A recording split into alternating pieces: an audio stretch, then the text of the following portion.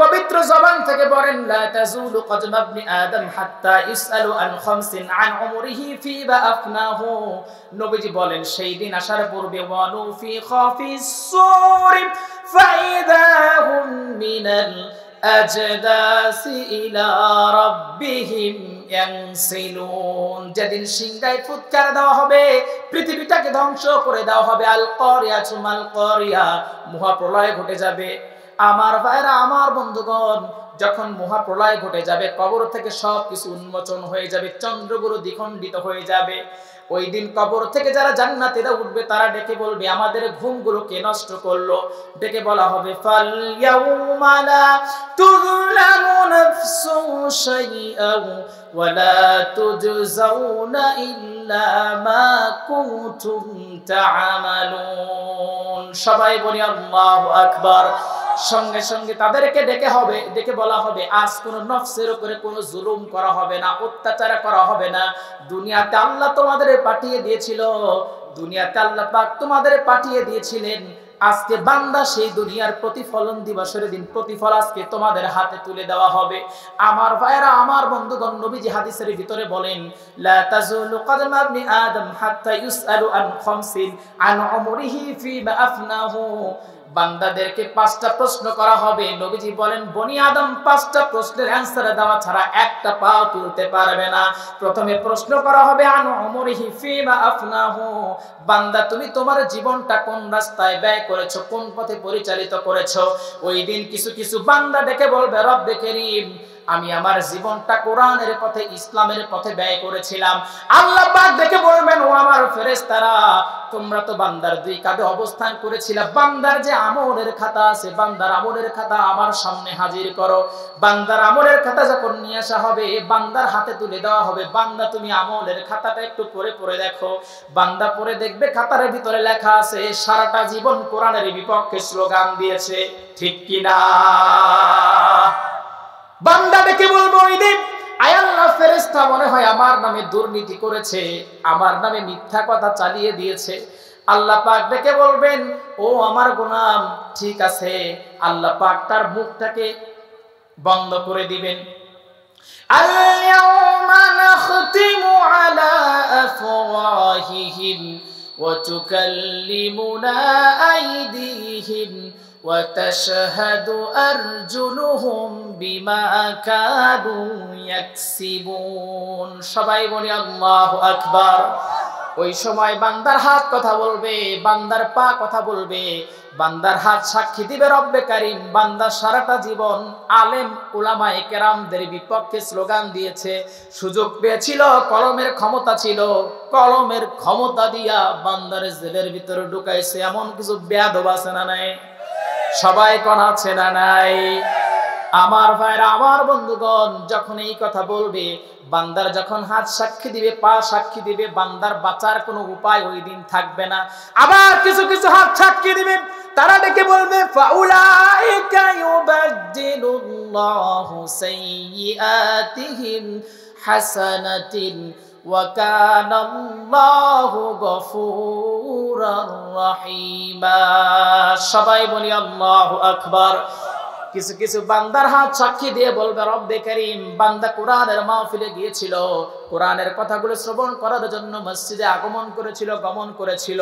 আয় আল্লাহ, এই বান্দার পিছনের জিন্দেগিতে যত গুনাহ ছিল আপনার কোরআনের ভাষায় সবগুলো নেকি বানিয়ে দেওয়া হয়েছে।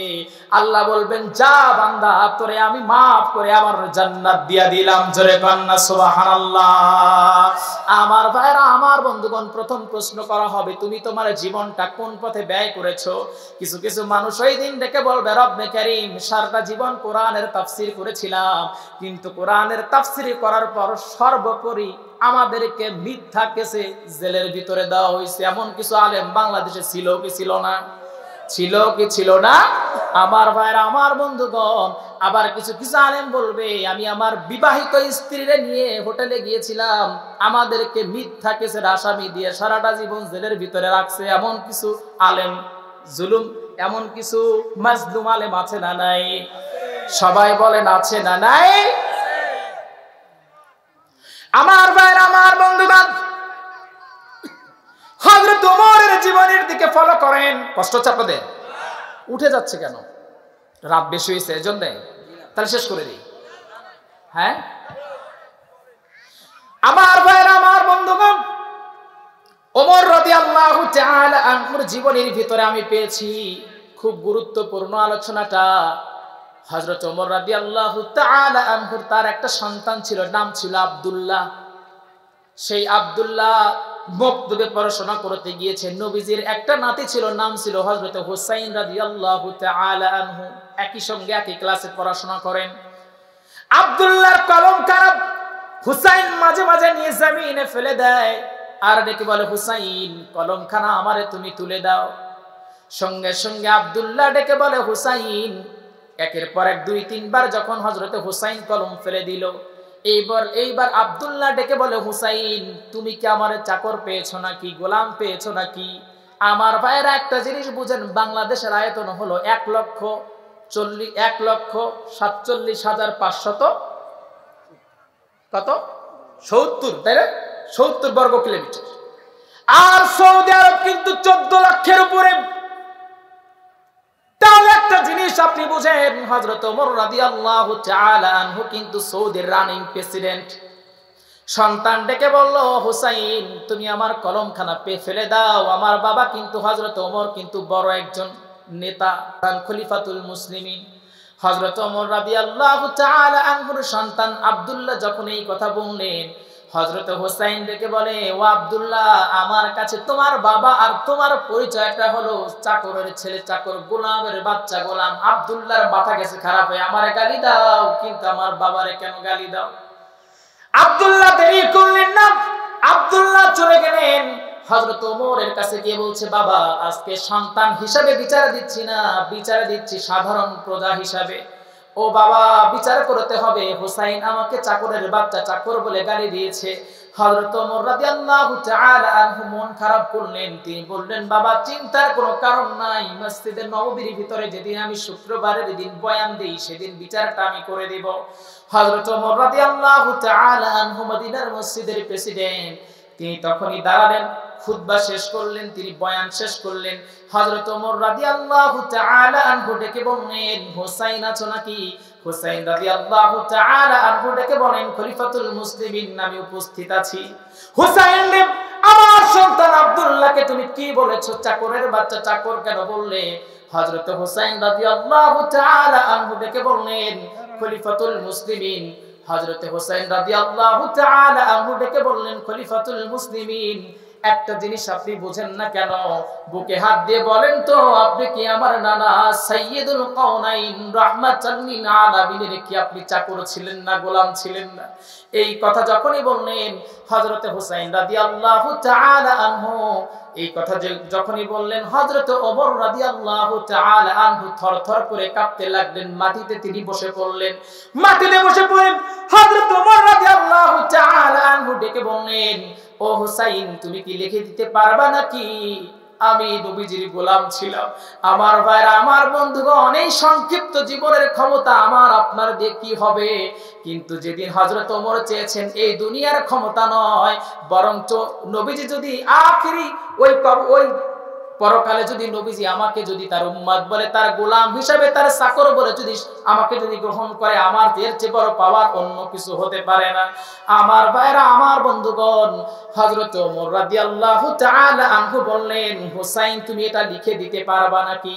হযরত হুসাইন বললেন, কাগজ আর কলম নিয়ে আসেন। খেজুরের পাতা নিয়ে আসা হলো। খেজুরের পাতা নিয়ে আসার পর হযরত হুসাইন রাদিয়াল্লাহু তাআলা আনহু তিনি লিখে দিলেন, খলিফাতুল মুসলিমিন আমার নানা সাইয়্যিদুল কাউনাইন রাহমাতাল লিল আলামিনের চাকর ছিল, গোলাম ছিল।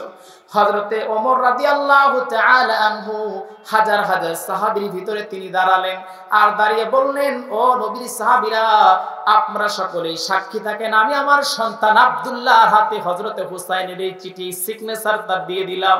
ও আমার সন্তান আব্দুল্লাহ, আমি ওমর যেদিন দুনিয়া থেকে বিদায় হয়ে যাব বাবা, সেই দিন আমার কাফনের কাপড়ের ভিতরে আমার ক্ষমতার কোনো কিছুই দেওয়ার প্রয়োজন হবে না।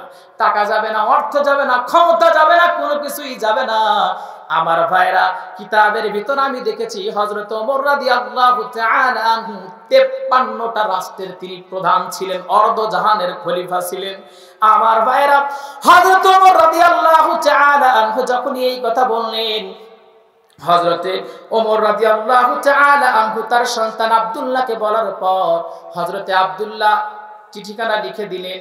হযরত ওমর রাদিয়াল্লাহু তাআলা আনহু ডেকে বললেন, সন্তান, আমি যেদিন আমার রবের সামনে গিয়ে দাঁড়াবো, যেদিন আমি আমার রবের সামনে গিয়ে দাঁড়াবো, সেদিন আমি আমার রবকে ডেকে বলবো, রব্বে কারীম, আমি ওমরের জীবনের নামাজ, রোজা, হজ, যাকাত কোনো কিছুই যদি কবুল না হয়, তুমি তাকায়া দেখো, আমি ওমর দেখেছি নিজ চক্ষু দিয়া সাইয়্যিদুল কাওনাইন তার পবিত্র জবান দিয়া হুসাইনের গালে আর হুসাইনের মুখে চুমু দিয়েছে। আয় আল্লাহ তাআলা, হযরত হুসাইন সেই জবান দিয়ে বলেছে আর হাত দিয়ে সিগনেচার করে দিয়েছে, আমি ওমর নাকি নবীজির গোলাম ছিলাম। আয় আল্লাহ তাআলা, অন্য কোনো আমলে যদি কাজ না হয়, আমি ওমরের এই সিগনেচারের জন্যও হলেও নবীজির বংশের সম্মানার্থে আমি ওমররে তুমি আজকের দিনে maaf করে দাও। জোরে কান সুবহানাল্লাহ। আমার ভাইরা, আমার বন্ধুগণ, হাদিসটা দুর্বল, তবু আমি বলছি, হযরত ওমর যেদিন দুনিয়া থেকে বিদায় হয়ে গেলেন, 12 বছরের ভিতরে কারো সঙ্গে স্বপ্ন যোগে দেখা হয় নাই। 12 বছর পর হযরত ওমর রাদিয়াল্লাহু তাআলা আনহু তার সন্তান আব্দুল্লাহর সঙ্গে দেখা হলো। স্বপ্ন যোগে হযরত আব্দুল্লাহ ডেকে বলে, বাবা, এই 12টা বছর আপনাকে কোন নবীর সাহাবী স্বপ্ন দেখে নাই, কেউ দেখে নাই, এমনকি আমিও আপনাকে স্বপ্ন দেখি নাই। বাবা, এই 12টা বছর আপনি কোথায় ছিলেন? হযরত ওমর রাদিয়াল্লাহু তাআলা আনহু ডেকে বললেন, কলিজার টুকরা সন্তান, এই 12টা বছর আমি আমার রবের সামনে আমি আমার জীবনের কৃতকর্মের হিসাব দিতেছিলাম। অবশেষে রব্বে কারীম তার রহমান রাহিম নামের খাতিরে আমারে maaf করে দিয়েছেন। অবশেষে আল্লাহ পাক আমারে maaf করে দিয়েছেন। আমার কলিজার টুকরা সন্তান, এখন আমি জান্নাতি নহরে জান্নাতি পানিতে গোসল করে আমি আজকে জান্নাতের ভিতরে যাচ্ছি। আমার সন্তান, আল্লাহ পাক অবশেষে আমাকে রহমান রাহিম নামের খাতিরে maaf করে দিয়েছে। একটা জিনিস বোঝেন, হযরত ওমর রাদিয়াল্লাহু তাআলা আনহু তার মতো একজন সাহাবী, নবীজি বলেছেন, যদি আমার পরে কেউ নবী হতো, হযরতে ওমর রাদিয়াল্লাহু তাআলা আনহু নবী হতো। সেই হযরতে ওমরের যদি এমন দশা হয়, আমার আপনার চিন্তা করলে আর চিন্তায় মাথায় আসবে না, ঠিক কিনা?